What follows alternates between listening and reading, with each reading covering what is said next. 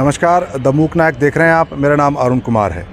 मैं इस वक्त अलवर के राजीव गांधी सामान्य अस्पताल में मौजूद हूं और मैं यहां इसलिए मौजूद हूं क्योंकि 23 तारीख की रात को यहां एक ऐसी घटना होती है जो अपने आप में इस समाज को कहीं ना कहीं नीचा दिखाती है और ये बताती है कि ये समाज किस तरीके से अपने आप में दोहरा रवैया रखता है। दरअसल हुआ ये कि अलवर के MIA थाना के अंतर्गत ये घटना हुई है, जहाँ पर रात को एक 14 वर्षीय छात्रा के साथ में रेप होता है और रेप का आरोप लगता है उन्हीं के अध्यापक पर। तो ये कहीं ना कहीं अध्यापक और जो छात्र है उसके रिश्ते को भी कहीं ना कहीं बदनाम करता है। तो इस पूरे मामले के बारे में हम जो छात्रा हैं, उनके पिता हैं, उनसे हम बात करेंगे कि क्या कुछ हुआ उस दौरान और जो पुलिस की कार्रवाई है वो अब तक कहाँ तक पहुँची है। सर, पूरा जो वाक़या हुआ, पूरी जो घटना हुई, उसके बारे में आप एक बार बताएं। सर, करीब मैं तो 9-10 के बीच की बात थी। लाइट गई हुई थी तो बाहर से मतलब बच्ची बाहर गेट तक गई है, कोई मास्टर चक्कर में गई है या पता नहीं कैसे गई है, ऊपर वाले को पता। तो गली में से ले गया है वो। हमारे बच्ची ने जब बयान दिया इस चीज़ को कि मतलब पापा मुझे गली में से उठा कर ले गए हैं 2 आदमी मोटरसाइकिल पे। तो मुझे कोचिंग में ले गए, कोचिंग में ले गए। 3 मौजूद वहीं पे। हम ढूंढा धकोड़ी करी हमने, करी ना तो 12 बज गए समथिंग हमको। तो डोलते फिरते मतलब कुल मिला रही है हमको रामगढ़ भी हुआ है, अलवर भी हुआ है कि मतलब हम सारी जगह डोल लिए, क्योंकि हमें हमारी मिसेज ने ये कहा कि ऐसा करो आप कि हो सकता है कोई सर्जी वर्जी ने कोई सब्जेक्ट के लिए बुला लिया हो, तो ऐसा करो कोचिंग और चलो। तो हमने कोचिंग जा रहे, हम दोनों जने थे, तो हम दोनों जने पहुँचे वहाँ पे। तो कोचिंग पे सारी लॉक लगे हुए थे शटर के नीचे, और फिर 3 आदमी बाहर खड़े थे जो उनके सरजी थे। और दूसरी बात यह है, जब कुछ शटर के नीचे से हमको आवाज़ आ रही थी तो हमने शटर के नीचे से देखा कि कोई अंदर है।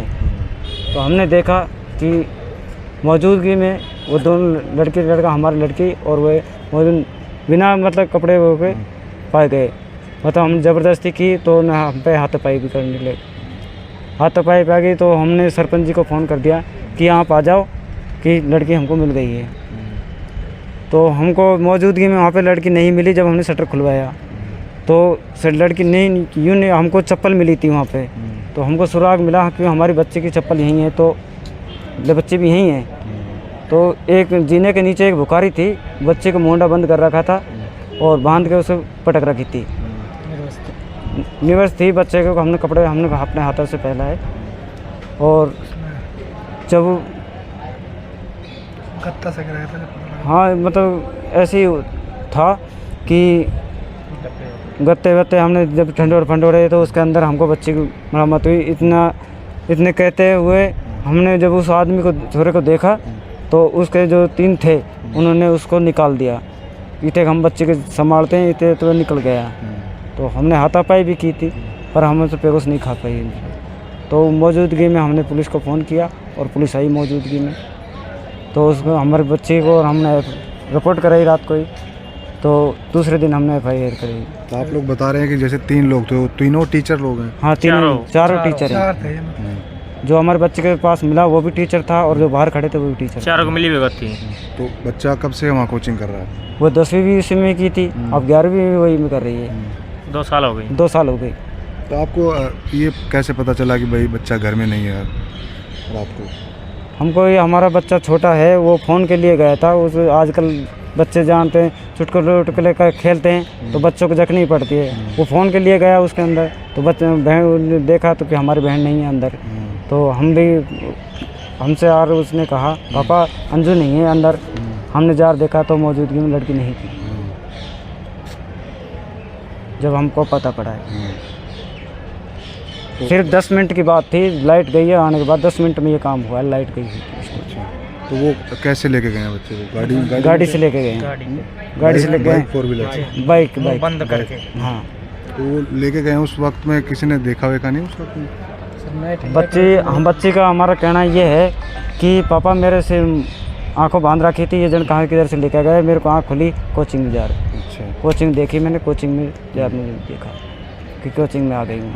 बच्चे को डराया धमकाया अभी कि आपको वीडियो व्हाट्सएप पे फेसबुक पे वायरल कर देंगे किसी से बोला तो वो लोग अब बता रहे थे कि इसलिए भाई उनको पकड़े जाने के बाद मारपीट भी हुई है, ऐसे बता रहे हैं कौन की थी बात? उन लोगों के साथ। हाँ, हमने हाथापाई की थी उन्होंने, जब वो हम पे हाथापाई, हमारी घरवाली को धक्का दिया, वो गिर पड़ी थी। जब वो हमने हाथापाई करी तो सरपंच और पंची भी आ गए। जब उन्होंने पुलिस को इतला किया, फिर पुलिस आ गई टाइम पे। तो अभी क्या वो लोग दबाव बना रहे हैं उसका? हाँ, दबाव तो बनाता ही हैं, क्यों आजकल तुम पता है ऐसी कि जाते छोटी है, पैसा वाले हम हैं नहीं, गरीब आदमी है, वो नहीं जान रहे पैसे से मामला यहीं दफा दफा हो जाएगा। पर हम ये नहीं चाहते, हमको इंसाफ चाहिए। क्या कह रहे हैं वो लोग? वो घर पे आए थे, पैसे लेकर आए थे, 10-15 लाख ले लो, 15 लाख ले लो। अच्छा, कोई वो खुद तो नहीं आ पा रहे, पर वो एक दूसरे को भेज रहे हैं किसी के थ्रू हाँ। रहे हैं। हाँ, मतलब ऐसे जैसे आप चलो जाओ या वो चला जाओ, दबाव डाला जा रहा है। तो मिलने वाले जो हमारे आपस में हम बैठते उठते हैं, उनसे हमको संपर्क लिया जा रहा है। हमारी जो बात यहाँ से जा रही है वो उनको दे रहे हैं, यह बात है। तो अभी पुलिस क्या कार्रवाई की है? पुलिस ने सर अभी तक कोई कार्रवाई नहीं अभी की तो है। लड़का भी नहीं पकड़ा गया है जो फरार है। तो ना भी बयान हुए हैं लड़के। मेन जो लड़का है, हाँ, मेन लड़का भी पकड़ा नहीं गया है। और ना ही बच्ची करे बयानबाजी। सुबह से आईसीयू में भर्ती है बच्ची है, और अभी तक कोई नहीं आया है। आईसीयू में भर्ती है, थाने से कोई भी ऐसा नहीं आया बंदा कि मतलब उसके बच्चे को जार देख लें ठीक है या कैसी है। थाने से कोई नहीं कोई आया। ही नहीं आया। तो पुलिस क्यों कार्रवाई नहीं कर रही है, आपको क्या लग और रहा है? एफआईआर भी कल नहीं दी हमको, फोटोकॉपी नहीं दी। वो कह रहे थे आज बयान होंगे तो कल ही ले लेना आप, यह बात हुई थी। आप केस करवाने दर्ज गए तो स्टार्टिंग में केस दर्ज नहीं हुआ जुड़ते ही? वो ने हमको वो नहीं दी, फोटोकॉपी नहीं दी हमको। हाँ, अच्छा। अब हम क्या पता है जन हुआ कि नहीं हुआ, यह बात है सर। तो अभी बच्चे की हालत कैसी है? सर आईसीयू में भर्ती है। आईसीयू में भर्ती है बच्चे की, और नॉर्मल सा आराम है, पर मर्जी तस्लीम नहीं है, कुल मिला ये है। तो चक्कर करा रहे हैं अभी तो। और सर ऐसे सर कल मैं इसको भर्ती करने के लिए बोल रहा था उस मैडम से, पुलिस मैडम से, तो वो बोल रही थी तू ही डॉक्टर है, तुझे ही पता है क्या। लड़की को उल्टी उनके सामने आ रही थी, चक्कर उनके सामने आ रही थी, तो उनको जाने ऐसा क्या है कि वो भर्ती कल को नहीं कर। यदि वो कल ही भर्ती कर देते तो आज इतनी समस्या नहीं आती कि हम लड़की को तुरंत लेकर आए। हालत थी लड़की को बेहोश थे, डॉक्टर साहब ने डायरेक्ट आईसीयू में भेजा है।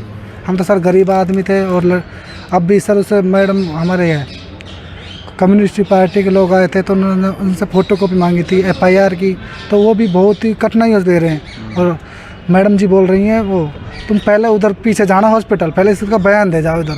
मतलब लड़की तो सर आईसीयू में जा रही, मतलब बहुत सीरियस है, और उनको बयान की जल्दी पड़ रही है।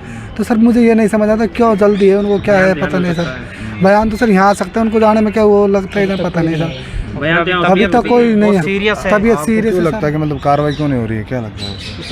सर ये तो वही जानते हैं। कार्रवाई सर ऐसी है, अगर अब तक बच्चे हुए नहीं पकड़ा गया, मुजरिम नहीं पकड़ा गया, तो सर यही करते हैं कि तो गरीब आदमी के हिसाब से तो सुनवाई हो ही नहीं रही। तो हमारे साथ इसी केस में जो पीड़िता के वकील हैं रामजीवन बुद्ध जी, वो हमारे साथ हैं, तो इनसे हम जानेंगे कि अब तक क्या कुछ प्रोसेस हुआ है और केस में क्या कुछ आगे बढ़ा है। सर पूरा मामला जिस तरीके से आपको समझ में आ रहा है, क्या कहना है सर? जिस तरह से रिश्तों को तार तार किया इन्होंने, एक शिक्षिका और एक शिक्षक के बीच में जो रिश्ते होते हैं उनको जिस तरह से तार तार किया, एक बहुत ही घिनौनी और चिंताजनक एक घटना है, जिसमें मैं प्रशासन जो है अलवर प्रशासन वो निकम्मा प्रशासन है। अभी तक कोई भी कानून का इस्तेमाल नहीं दिखा इसमें, क्योंकि घटना के लगभग 24 घंटे 48 घंटे होने जा रहे हैं।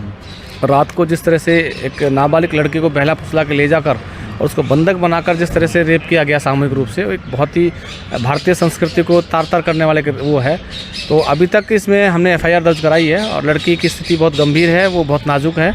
अभी आप जैसे सामान्य अस्पताल में खड़े हैं, जहाँ पे अभी वो आईसीयू में भर्ती है, और जितने भी सामाजिक संगठन हैं वो अभी तक हमने एसपी साहब से भी बात करी है, एडिशनल एसपी साहब से भी बात करी है, मैंने सीओ से भी बात करी है।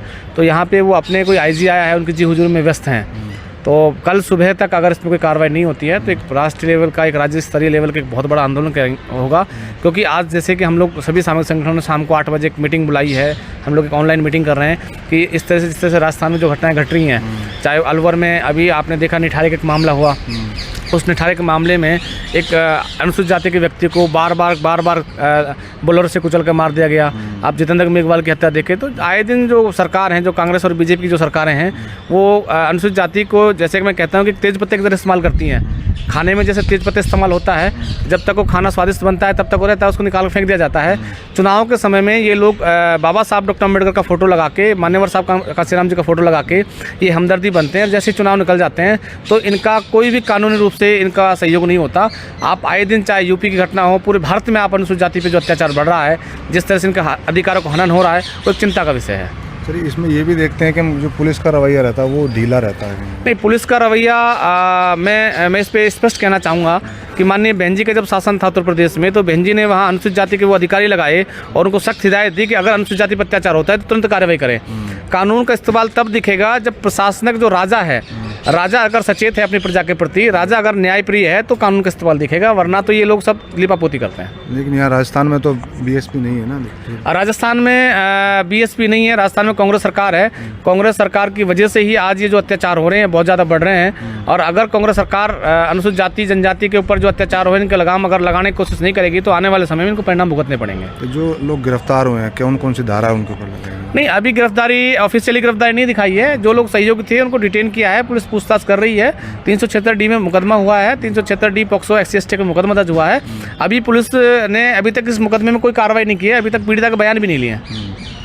ये कह रहे हैं घर वाले कि जैसे पुलिस वालों को पीड़िता के बयान की बहुत जल्दी थी, जो पुलिस स्टेशन गए तो ये बोले कि भाई हॉस्पिटल में जाकर ले लेना। नहीं, पुलिस स्टेशन हम गए, अनुसूचित जाति जनजाति एक्ट का एक बहुत ही सेंसिटिव मामला है, जिसमें एक CO लेवल का अधिकारी जांच करता है, और तुरंत उसको घटनास्थल पर पहुंचना पड़ता है, उसको तुरंत उस पीड़िता के बयान लेने पड़ते हैं, साक्ष्य इकट्ठे करने पड़ते हैं। लेकिन इस तरह से निकम्मे जो अधिकारी हैं, जो आज अनुसूचित जाति जनजाति जो अत्याचार हो रहे हैं, वो अपने चाय नाश्ता और मौज मस्ती कर रहे हैं। इस तरह निकम्मे अधिकारियों के खिलाफ सरकार को कानूनी कार्रवाई करनी चाहिए, क्योंकि इस जो ये एक्ट है इसका दुरुपयोग ये लोग कर रहे हैं। बयान जो जाँच अधिकारी है, पीड़िता का बयान आए, हॉस्पिटल आए और यहाँ से लेके जाए। ये घर वाले बता रहे हैं कि जो आरोपी पक्ष है उनकी तरफ से पैसे वैसे की भी। हाँ, ये अनुसूचित जाति का मनोबल बहुत डाउन है। ये चीज़ें सारी चलती हैं कि जब SC/ST एक्ट में, मैं तो बहुत सारी चीज़ें ऐसे देखता हूँ कि जब SC/ST एक्ट में दर्ज होता है तो हमारे लोग जो अनुसूचित जाति जनजाति के हैं वो उन सामंती लोगों के एक चाटुकार बन के आते हैं, या फिर कोई छुटभैया जो राजनेता है वो उनकी पैरवी करता है और वो पैसे के लालच में, पैसे का लालच देता है, डराता है, धमकाता है। जो मजबूत लोग रहते हैं, जो न्याय के लिए लड़ते हैं, वो राजीनामा नहीं करते हैं। जो न्याय के लिए नहीं लड़ पाते, जिनकी ताकत नहीं होती, वो राजीनामा कर लेते हैं। लेकिन इस मुकदमे में बहुत सेंसिटिव मामला है। इस मुकदमे में किसी भी लेवल पे हम कोई समझौते की बात नहीं होने देंगे। तो ये अलवर जो रेप पीड़िता हैं उनके वकील हैं रामजीवन बुद्ध जी, इनका ये कहना है कि पुलिस का रवैया तो ढीला है ही है, लेकिन कहीं ना कहीं ये जो घटना हुई है ये अपने आप में एक शर्मनाक घटना है, क्योंकि इसमें शिक्षक और जो छात्रा है उसमें वो जो रिश्ता है उसको कहीं ना कहीं बदनामी हुई है, और इस तरीके की घटनाएं एक समाज के लिए कलंक के रूप में साबित होती हैं। अलवर से मैं अरुण कुमार, दमूक नायक के लिए।